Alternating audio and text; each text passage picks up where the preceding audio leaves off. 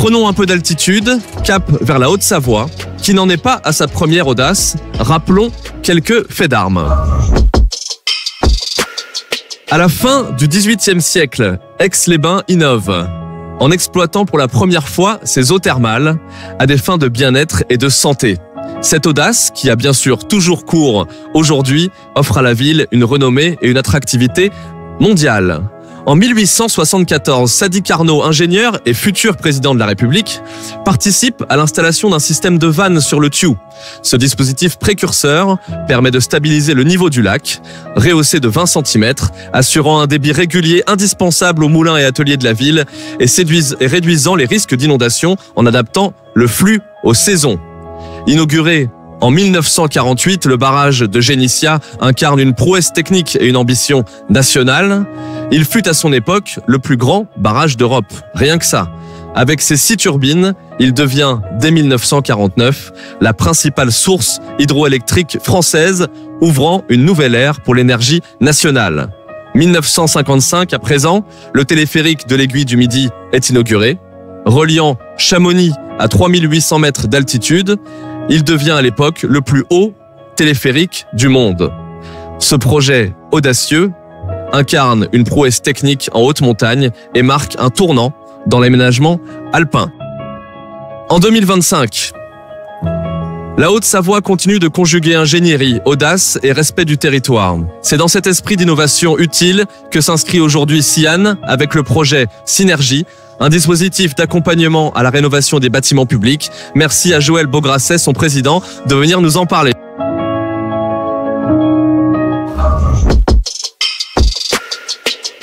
On était parti d'une expérience longue déjà de 10 ans, d'un accompagnement financier par de la subvention uniquement. Et la subvention, elle a un intérêt, c'est que ça rassure l'élu, parce qu'il sait que dans son plan de financement, il va pouvoir obtenir des différentes collectivités, le département, la région, l'État via la DETR et autres, obtenir une assurance financière pour financer l'investissement. Nous, ce qu'on a remarqué après ces 10 années, c'est que il fallait aussi accompagner les collectivités dans l'ingénierie. Donc c'est aussi dans les phases d'études, pré-études, pour vraiment que le maître d'ouvrage prenne conscience du projet qu'il va conduire. Mais au-delà de ça, c'est aller jusqu'à la maîtrise d'usage. C'est-à-dire que la maîtrise d'usage, ça veut dire quoi? C'est que les usagers prennent bien conscience de la métamorphose de ce bâtiment et comment est-ce qu'ils vont être capables de comprendre les nouveaux fonctionnements. Et parce qu'aujourd'hui, transformer un bâtiment en qualité énergétique, ça veut dire aussi que on a des systèmes plus complexes de ventilation, de chauffage et autres. Et donc tout cela fait que les usagers, s'ils sont pas sensibilisés et sensibles à cela, eh bien il y aura des dysfonctionnements. Donc la qualité d'une transition, elle est aussi par tous ces usagers qui vont l'utiliser avec plaisir et pas forcément avec une contrainte. Et donc c'est vraiment dans ce cadre-là que le Sian est là pour accompagner de la phase étude jusqu'à la partie maîtrise d'usage. Les usagers n'auront pas comment on va dire ça? Ça va pas se traduire en termes de bénéfices directs. Et puis l'usager ne pensera pas à Synergie le matin en se levant ou en allant faire son exercice dans la salle de sport. Mais simplement, c'est que c'est faire en sorte que les citoyens comprennent que tout le monde fait un effort pour aller vers ces transitions et qu'on a besoin de chacun à son niveau de faire son effort personnel, comme les collectivités le font également d'un point de vue financier, mais c'est aussi pour faire des économies à la collectivité locale, puisque on va lui permettre de moins dépenser d'argent en termes de dépenses énergétiques, pour que cet argent-là puisse être dépensé d'une autre manière. On pourrait rêver, pour la culture, pour les loisirs, le sport, enfin voilà, et pas uniquement pour brûler des matières premières, énergie fossile et autres, comme on a fait jusqu'à maintenant. Le projet Synergie vient d'être lancé. On a les premières communes tests qui vont démarrer et le résultat des premiers travaux qui seront livrés, ce sera pour 2027. Donc aujourd'hui, on en est dans les débuts. Mais le travail de Synergie, c'est vraiment le Sian qui travaille pour la transition énergétique. Donc du coup, en même temps, c'est un mot facile à retenir. Mais c'est aussi une synergie des acteurs. Donc la Banque des Territoires en fait partie, mais également dans nos équipes, nous avons embauché une personne qui est allée chercher les financements européens, parce que l'idée c'est aussi de trouver des synergies financières, et notamment dans ce cadre d'un projet Elena, qui va nous permettre notamment de travailler sur les phases amont, sur les phases études principalement. Et étant donné qu'on a parlé de l'histoire de la Haute-Savoie, l'histoire de la Haute-Savoie, c'est aussi son patrimoine bâti.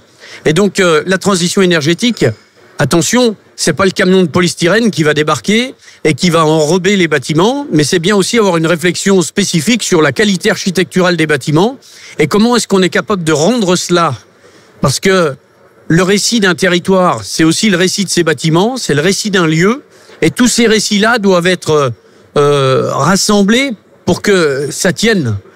Et donc, faire le récit d'une transition énergétique, c'est pas tirer un trait sur une histoire, c'est au contraire, c'est la révéler avec une autre appréhension.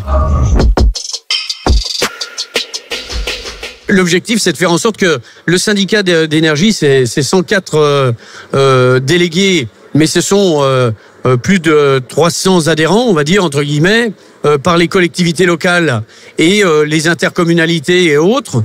Et donc, tous ces adhérents-là peuvent postuler sur des projets dans la mesure du possible financier et technique de la part de notre accompagnement et des moyens dont on disposera. Mais globalement, pour le moment, on ne gère pas les files d'attente. L'audace, c'est vraiment de passer de la logique de guichet financier à une logique d'accompagnement de projet. Et je pense que c'est un petit peu comme de faire un sommet en montagne. L'intérêt, c'est de se préparer. C'est vraiment de préparer son équipement, d'être prêt physiquement. Et puis, à partir de ce moment-là, on sait que toute l'équipe est prête pour aller affronter, en sachant qu'il pourrait y avoir des aléas climatiques qui feront qu'à un moment donné, il faudra peut-être aussi se calmer dans l'audace. Mais aussi, dans ce cadre-là, si tout le monde est bien prêt, on est capable d'aller vers les sommets. Et donc, je pense que c'est vraiment l'audace de synergie, c'est vraiment l'idée du projet.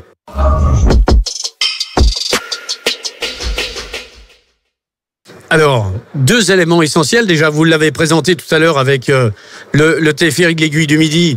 Bien sûr, quand vous avez le Mont Blanc en Haute-Savoie, c'est extraordinaire. Avec tout ce qui va avec, même si la mer de glace aujourd'hui elle a un petit peu fondu, mais globalement, c'est quand même le lieu de l'émerveillement.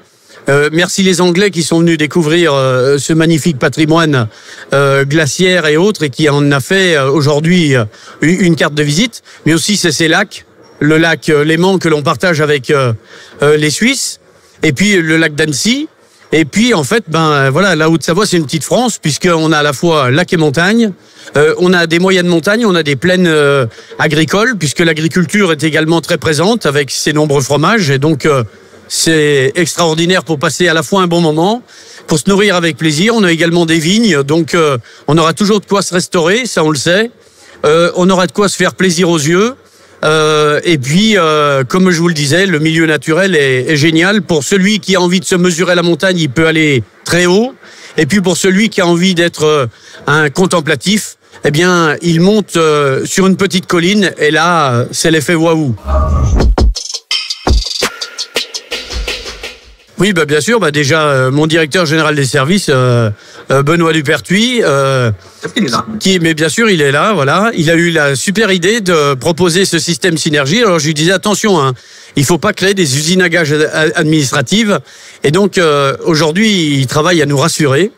Et puis Antoine Grange également, mon directeur de cabinet, qui m'accompagne ou qui me suit partout, parce que c'est ça aussi, d'avoir une équipe extraordinaire, flexible, dynamique, et puis qui est prêt à relever, une équipe qui est prête à relever les grands défis avec de l'audace aussi. Il n'y a pas que le président qui a de l'audace, c'est aussi parce que autour de lui, il a des personnels qui sont audacieux, ouverts et qui sont prêts toujours.